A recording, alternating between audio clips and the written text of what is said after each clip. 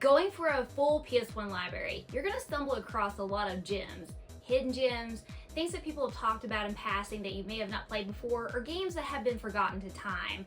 Well, today I want to share with you a few that I've actually came across ever since collecting for PS1 that I've actually played firsthand and let you know my experience and games to definitely be on the lookout for. Whenever people hear Persona, they think of Persona 3 FES. Great game, by the way. I'm actually playing through this as we speak, and it's highly different from the one that we're going to be talking about in just a few moments. Or you may think of Persona 4 Golden or Persona 5 Royale whenever you think of Persona games. Little did you know that there actually are two Persona games for PlayStation 1. Persona Revelations, which is the first one, and then Persona 2 Eternal Punishment. Now, whenever I initially wanted to get into the Persona series, I wanted to start off with my favorite system and start off with one on PlayStation 1. And I started off with this one. And little did I know how hard this was gonna fucking be. Now, the first one, Revelations, is a little bit different. It's in first-person perspective. This one is in third-person perspective. And basically, you go around, it's a dungeon crawler, you go around leveling up, you know, getting your personas, you have different characters that you play as, and it is hard as shit, but it was definitely worth it. Now, it's something, you know, kind of like a turn-based RPG. You have control over your characters with this one. Now, if you look at Persona 3 FES, it is a 180 from this one. With this one, the way it works is that you're on a time schedule. This one you're not. You have a calendar schedule that you have to meet with this one. I don't know if that applies to 4 or 5. I'm thinking it does because I think whenever 3 came out is whenever they adopted that for the new gameplay versus the first two that they had. And this one, you only have control over your main character versus the other ones. Yes, you can equip them and things like that, but you only have control over your main character and the personas that you have equipped to that character. This one, you have control over all of them, their weapons, their personas, everything like that. So it's definitely different whenever it comes to how they went from this to this as far as Persona games go. Now, why am I mentioning this on a Hidden Gems video? Well, like I said, not a lot of people know about the existence of the first Persona games on PlayStation 1. Now, let me stipulate this. The Shin Megami Tensei series was way before Persona on PlayStation 1. Persona is actually a spin-off of the Shin Megami Tensei series. From what I understand, I think that's how it goes. I don't know, I always get confused about that. But like I said, I'm new to this series, so if I'm wrong, please tell me. I'm not always right about everything. I'm always learning every day about things when it comes to video games. But I wanted to bring this to light because, like I said, not a lot of people know about this game. You should definitely experience it now. It is very expensive. It's probably one of the most expensive games I've ever bought. I paid over $500 for this copy, so it's not a cheap one to actually get your hands on. But definitely worth a playthrough to actually see how it differs from these personas that you see in this day and age. Good old Terry Pratchett. Have you ever heard of the Discworld series, The Weird Sisters?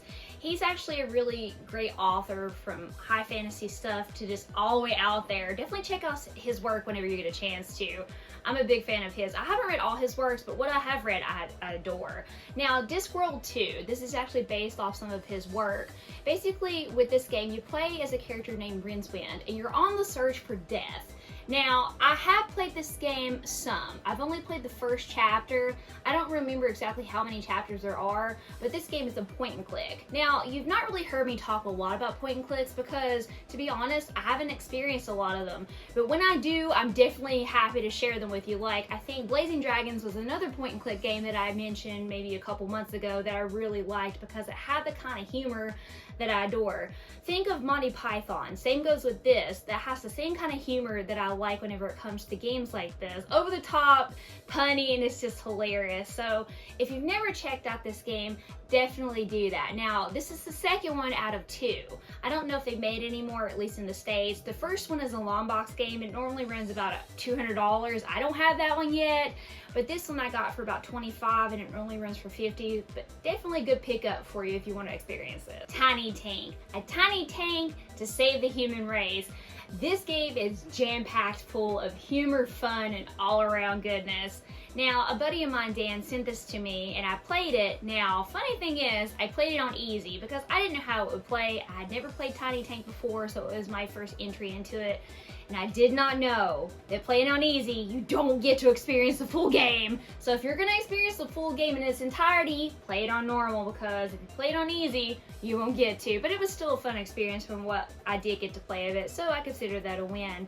So let me read what the back of this says, and you'll kind of get what the humor goes along with that. It says, Tiny may be the size of a vending machine, that's the tank, but he's got the spirit of a Rottweiler. Woof. Arf. He's a badass. Tiny is definitely a badass with this. You have different sorts of like things that you have as far as your artillery goes. You basically have rocket-free roaming 3D battlefields. You also can suit up with state-of-the-art weapons like Gatling gun, infrared warheads, different things like that. It's a fun experience for anyone that has never played Tiny Tank. I highly recommend you check this out, and yes, I will be playing it again at some point to experience it fully. Gundam Battle Assault games. Funny enough, even though I'm a big Gundam fan, Gundam Wing, Gundam 00, Gundam G, Gundam Unicorn, a huge Gundam fan. I mean, Mo, hello! Anyway, I had never played these before, and again, my buddy Dan's coming through, sent me these, and I played both of them, and I've beaten both of them. Now, let's see, this is the first one. Now, with the first one, you play as Hiroyui. Hiroyui is actually my favorite pilot from Gundam Wing, so I was very excited that you play as him whenever you initially start out. Now, this one caters more toward the older Gundam series, and then whenever you get into 2, that's when it's more acclimated to Wing and further out, because you get to play as my second favorite pilot, Duo Maxwell. Now, I'll tell you something about Gundam Wing 2.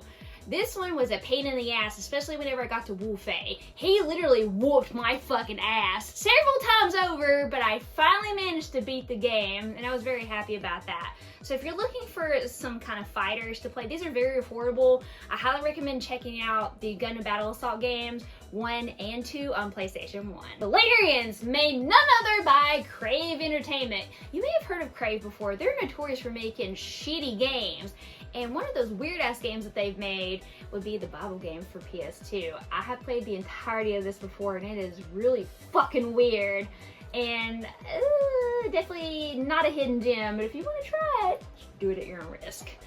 Anyway, moving back on to Galarians. Basically, with this game, you play as Ryan. You're trying to save humanity, and you have psychic abilities. But the caveat to that is that you have to take chemicals in order to suppress some of those abilities. If not, you're gonna go in all over fuck mode and go ballistic, and you can end up, dying, which kind of sucks. And your items are very limited in this game as well, so that makes it 10 times harder. This is a 3-disc game. I have not beaten this game yet. I've only made it to the end of disc 1, and I'm stuck on a bird fuck. Yes, I call him the bird fuck because he's an annoying ass boss. He's the last boss on the first disc, and I cannot beat him because he's going around like this, around like that. He's a pain in the ass. But hopefully I'll be able to beat him and progress in the story, but I have died several times trying to play through this game. I love the uniqueness of the game, the psychic powers, that is a different take on survival horror, but holy shit, this game is hard as balls. Do you like puzzle games? Well, if you do, Devil Dice is right for you. This game, I don't really hear a lot of people mention as far as PlayStation 1 games because it's probably shrouded with all that massive ass library, because there's a lot of PS1 games out there that a lot of people don't know about.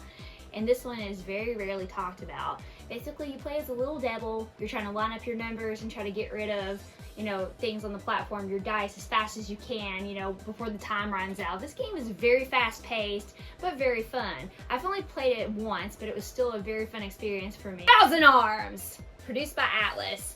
A definite hidden gem amongst all the PlayStation 1 library. I don't really hear a lot of people talk about this, and whenever I mentioned it, they're like, somebody else played Thousand Arms? What? Because that's how many people don't really know about this existence of this unique game. Now, I'm currently playing through this for the very first time, and let me tell you, it's an experience for sure. It is an RPG. It has the RPG elements, but with a twist. It is a dating simulator on top of an RPG. So the premise of the game is you are mice. You're going around trying to save the kingdom from the dark acolytes. And like I said, I've not beaten the game, but I'm pretty far enough into the story to talk about it. And the way you actually get your weapons in this game is you forge your weapons because you're an elemental blacksmith. And basically you go on dates with girls, and you actually raise your intimacy level, it could go up to 10, to actually get different spells and upgrade your weapon. Basically I call that the power of the babe. And the humor in this game is over the top. Some of the things that are said are fucking hilarious, and mine definitely likes the ladies in this game. So with this one, it didn't come with the card and it didn't come with the stickers, but it is completed box other than that. And I'm so happy I'm experiencing this for the first time. Now, Thousand Arms is not a cheap game, and they've not re-released this on the PlayStation Store. Hey Sony, if you're listening, release this so people can play it! Definitely one for people to check out in this day and age. Who knows, maybe, whoa, I'm about to open the case. Maybe one day they will, but who knows. But if you're looking for something unique to add to your collection, if you want to play an RPG that's out of this world, play Thousand Arms. Huge spread on this list this time. Fighters, puzzle games, survival horror, and RPGs. Definitely some things to look out for your collection if you're looking for gems to play or just to have for the collection itself. Be on the lookout for another video that I may do in the future, because as I go through my collection and play these games, I want to talk about them, I want to point them out, I want to actually tell you about them, and maybe you might want to experience them for yourself. But until next time, this is the PlayStation Girl signing out. Game on!